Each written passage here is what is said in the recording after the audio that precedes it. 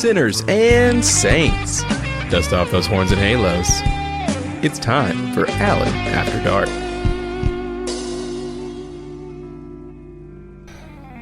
Sinners and saints, you know what? I feel like I've had 7 Mondays in a row, and I am expecting another 4 or 5. But hopefully, this coming Tuesday, we're all celebrating, turning cartwheels in the streets, that America is going to be going into a positive direction instead of into Nazism.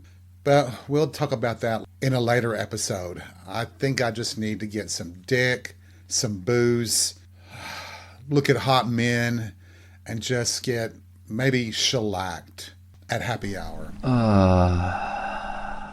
For Halloween, I know we're over Halloween now, but I decided to color my beard in an unusual color. I tried purple and blue, and you know what? While it is temporary and it shouldn't come off, let's just say a few guys, well, you could tell that my mouth had been on them.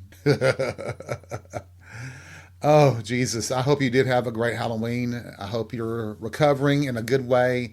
I hope you had candy and man candy and tonsillitis or whatever you wanted from it. Tonsillitis. I meant to say big league tonsil hockey. That's the game we all like to play, right? At least I do. Outside of a squat thrust kind of thing, but that's only at the gym, right? Jesus.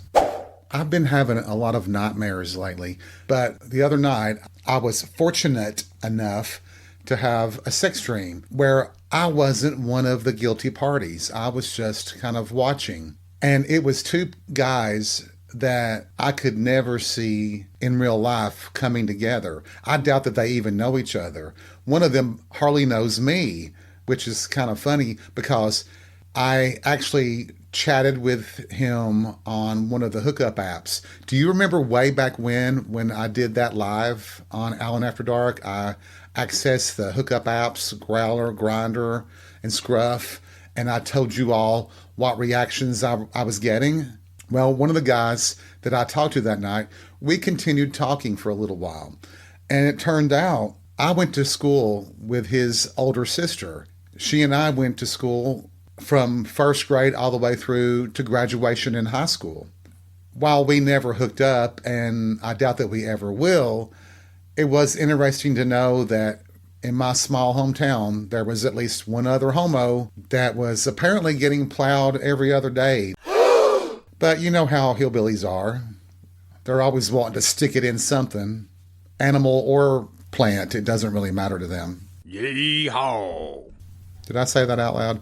Jesus. I think my weed is finally kicking in. But anyway, and the other guy in this dream, he is someone that I used to have the hots for, but his cockiness, his arrogance just became too much for me. He was the one that one time, we just happened to be walking out of the club at the same time, and he's the one who turned around and went, "Dude, I'm with somebody now." And I was like, "Dude, I don't know what you're thinking, but I've got to go this way to get to my car. It just happens to be at the same time you are. So get over yourself, Jesus." Anyway, in this dream, I'm at this really weird club where there aren't tables really. There's sofas everywhere, and it's almost like something out of the movie Casablanca or something. It's a packed place, and the guy who is the brother of my former classmate, he has actually got his head in my lap and he's rubbing his head against my dick. I did say that I wasn't really involved in this sexual part, didn't I? Well, I guess I was a little bit. We just started chatting in the dream, but anyway, something happened and I walked away and moved to a different couch. Well, the other guy that I do know, Mr. Cocky Arrogant guy, comes walking in. And I look over and all of a sudden they're just fucking like porn stars, like jackrabbits in front of everybody, and nobody seems to be noticing. It's just one of those weird kind of fucked up dreams, you know? And I got to thinking, damn, Alan, even your subconscious is saying, bitch, you need to get some. I know, you're all rolling your eyes and saying, you idiot, you're always needing some. That's not really true, but for this week, I would have to say yes. It really all kicks off last Saturday when I was doing my morning grocery shopping as usual. And I know you think I was looking at the Mohawk man or my bread man, which he wasn't there when I was shopping, which was a shock. But the Mohawk man was actually himself shopping, and I didn't really get a good look at him, except for one time when we passed each other down an aisle. For some stupid reason, I didn't even try to sniff him this time. Funny that. But anyway, I was heading out to the car in the parking lot when I noticed in the distance a silhouette, somebody running. Now remember, this is like at 6:30 in the morning, so it's still dark. And it was a cold morning too. I could tell that this person was running toward me. I got to thinking, what the hell was this about? And the closer he came, the more I could see him in the light from the parking lot lights. And I did a double take, and I'm like, does he have any clothes on? Because I wasn't really sure. He come a little bit closer, and I'm like, okay, he has no shirt on. He's just got a pair of skimpy shorts. And I was like, well, he's heading right toward me. And I'm like, oh, great. Here we go. Some sort of weird interaction I'm going to have with him. I'm at the back of my car. I don't have the trunk open yet because I'm anticipating this guy saying something or doing something. Well, he kind of just passed by, and I thought, okay, great, there was nothing. And I opened the trunk, and I started to load my groceries. As I turned to grab one of the bags of my groceries, there he stood. And I'm like, okay, kind of frozen. Well, he has his back to me, but he does a big old double arm flex, and then does an underflex like the Hulk. Hey, and then runs off. What the fuck? So I'm like, okay, that was over. Finish loading the groceries, take my cart back to the slip. And as I'm getting to the car again, I unlock the door. And as I open the door, I look back, and there he is again, right behind my car, doing the same flex. And then he runs off again. Now, some of my friends said that I truly missed the fact that he was engaged in his mating call or his mating dance or whatever, and that I should have went like, holla, how you doing, and seen if he wanted me to jump on that thing. But no, his behavior reminded me of the guy I was just telling you about in the dream, the cocky, arrogant guy that I've known for years that I once had the hots for. Not in the way he looked, just in that kind of behavior. I thought, well, we're kicking off a Saturday in quite an unusual way. And that was only the beginning. Leaving the parking lot of the grocery store, turning onto the street, I see a car heading the wrong way on the street, heading right for us, traffic going the correct way. I'm like, oh, great, we have a wrong way driver. They finally realized their mistake and did a quick U-turn that was more frightening than the fact that they were coming the wrong way. And I was like, oh my goodness, this is really going to be one hell of an adventure on this Saturday. And it was. Even just being around people felt like it was going to be a challenge. But, I was maybe a little bit hungover, but I was really looking forward to the Halloween party. And it was a blast, enjoyable. And I wish that we could have more Halloweens, but I don't know if I have enough stamina for it.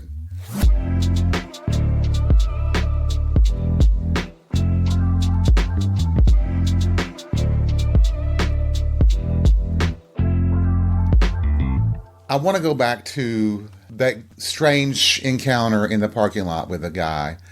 And guys and girls listening, you help me out here. Isn't it just one of the most repulsive and yet attractive things for a guy to be so arrogant, so cocky? I mean, to the point beyond confidence. I like a guy who's confident, but sometimes just this like, everybody wants to suck my dick attitude. And yes, we've talked about how straight guys tend to be that way. But I honestly, the straight guys that I know that may want a hookup, they don't act that way. Now, it doesn't mean that seeing a cocky, arrogant guy doesn't whet my appetite. I can think back through all these years, especially in the clubs, of the so-called straight guys that were going to the clubs. Oh, by the way, do you know why straight guys would go to gay clubs. I think I may have talked about this before. Well, one of them told me, it's like, well, gay guys usually have girlfriends, and those girlfriends usually have expertise in sex that's been given to them from guys, and they don't have as much competition for the girls in a gay club as they would in a straight club. So I thought, well, I mean, that's some good points that he made there with me. So it's about lack of competition and their knowledge in the sack. And I'm like, okay, I can get with that. That makes sense to me.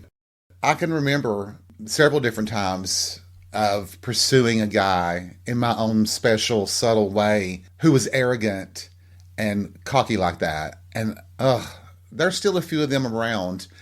And sometimes I don't know, it is about chemistry, isn't it? There is something almost chemical about certain guys. You know, it's something you can't put your finger on. It's not really tangible, but it's there. And it can be a combination of their personality, their confidence, their arrogance, maybe just the musk of them. I do believe that our pheromones maybe have some sort of connection with certain people for whatever reason, a natural connection perhaps. I think it's just part of my personality, and it may be for a lot of gay guys, that thought of conquest, that thought of getting the arrogant, cocky, hot guy in the sack or in the back seat or in a men's room stall, you know. Nothing wrong with that, is there? Oh, God, I do miss those days. But I can remember there was a lot of times at the gay bars, the bouncers would be hetero. Sometimes you'd have a couple of gay guys that were bouncers, and they would be badass as well. But all in all, when there were bouncers, they tended to be straight. A lot of times former military. I recall one in particular that, let's just call him Sean. And, sandy blonde hair, great build, almost a swimmer's build. And he would love to cut up, but there was always this line that you could feel that you couldn't cross. Like there was this sort of, a wall around him that warned you, do not basically come any closer. Don't tempt fate with me. We would tease each other for months and months and months. He was a bouncer there for a couple of years, if I remember right. And he always kind of like looked forward to our banter, if you will. And I told him one time I was drunk and he was being a little bit more flirtatious, even though he would always say, no, I have not fucked a guy. I've not let a guy suck my dick, and I never will. And I said, really? You're really that hetero? And he says, well, Alan, if you wanted to watch, I'd let you watch. And then if you wanted, I'd let you lick the cum off of them. I wouldn't let you touch my dick. But if you wanted to swallow, you could lick it off their back or their ass. Really? Oh my God. Oh, I should be so grateful. Jesus, honest and for true, you would do that for little old me? Sure, like this Kinsey 6 is going to do that. I mean, God bless America. Jesus. When I think about guys that act this way, I always go back to the gym. And you know, the guys that are lifting the weights and they purposely make them heavier and they will grunt loud and they will slam the barbells down, making all this noise. And it feels, truly just like they're wanting attention. And I'm guessing they really are just looking for acknowledgement, aren't they? You know, men, me being one of them, we all have fragile egos for the most part. Everybody wants to be accepted, you know, like in social media and everything else. We want to be looked at as attractive, as popular, as successful, as somebody that everybody would like to get to know. If we thought about it long enough, we would know that that's not possible. You can never make everybody happy. Not everybody wants to know you. I don't want to call it a desperate attempt, but sometimes some of these behaviors do come off as desperate. And the bouncer I was just talking about, who offered to let me eat his protein off of someone else, that was just a power move. honestly, if you think about it, because he would get a kick out of a gay guy eating his jizz, you know? And it is something that I've seen repeatedly with bouncers at gay bars who happen to be hetero and not gay. But that is the male condition. Once again, it has nothing really to do with sexuality per se. It's about power, domination. And that's almost in a frightening category, isn't it? It's the elements that are on the verge of being dangerous, to where a man might want to control or dominate somebody against their will. Now, I'm not trying to make that big leap from the guys I'm talking about and a guy in a gym slamming down a barbell, but it makes you wonder, doesn't it? There are degrees of behavior, is there not? That one person's extremism is another person's normality. And that's quite frightening too, in my opinion. If that's what I'm getting at here, how did I take that turn in this discussion? But it is, honestly, it is. I mean, if you think about it, you know, when they talk about serial killers, which tend to be male, that they usually start out with abusing and killing animals. Do we all build up ourselves to these degrees that some people go past and become those monsters versus just the average guy who just wants to be looked at as a sex object? And trust me, people and guys, don't deny it. We all want to be looked at as somebody who is desirable. We all wish we could be Henry Cavill or Tom Cruise maybe, or James McAvoy. Who else is popular now that I'm not thinking of? Yeah, you know who I'm talking about. Any big star or athlete or something. I think we don't want to imitate them necessarily, but we want to get the same accolades and approval that they get. I know. A lot of you are saying, enough with this psychobabble bullshit. How many of the bouncers did you fuck or suck? And now that I start to think about it, you know, we haven't had bouncers at clubs around here in ages. Well, at least the clubs that I go to. I know that some of the bars still do have security and all that. But back in the day, let's see, mostly BJs, I think. But let's see, I would say 4 out of about 12. So that's not bad odds. And there were other things too. I remember one of the straight bouncers at one of the clubs I went to that's no longer around. I've mentioned it several times in past episodes, but they had a larger than usual men's room, and they had the 3 stalls. Believe it or not, it wasn't just the gay guys getting busy in those stalls. Sometimes you would see the straight bouncers sneaking off, possibly risking being fired, I guess. But if you remember, and if you don't, go back and listen to those episodes. But I had this little naughty habit of climbing up on the toilet and looking over the walls of the stall to see what was going on the other side, you know, looking for some hot voyeuristic action. One night, it was the straight bouncer just fucking the hell out of this woman. And I'm like, Jesus Christ. And unfortunately for me, he looked up to see me standing there looking down at him.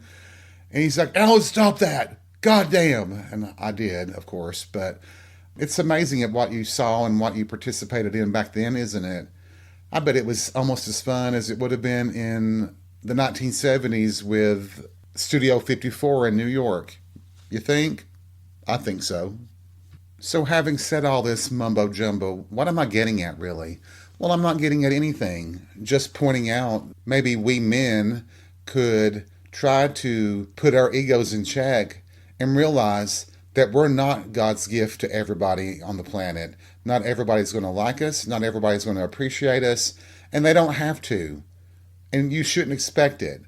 Maybe if we could just deal with our own issues, none of this other stuff would even matter.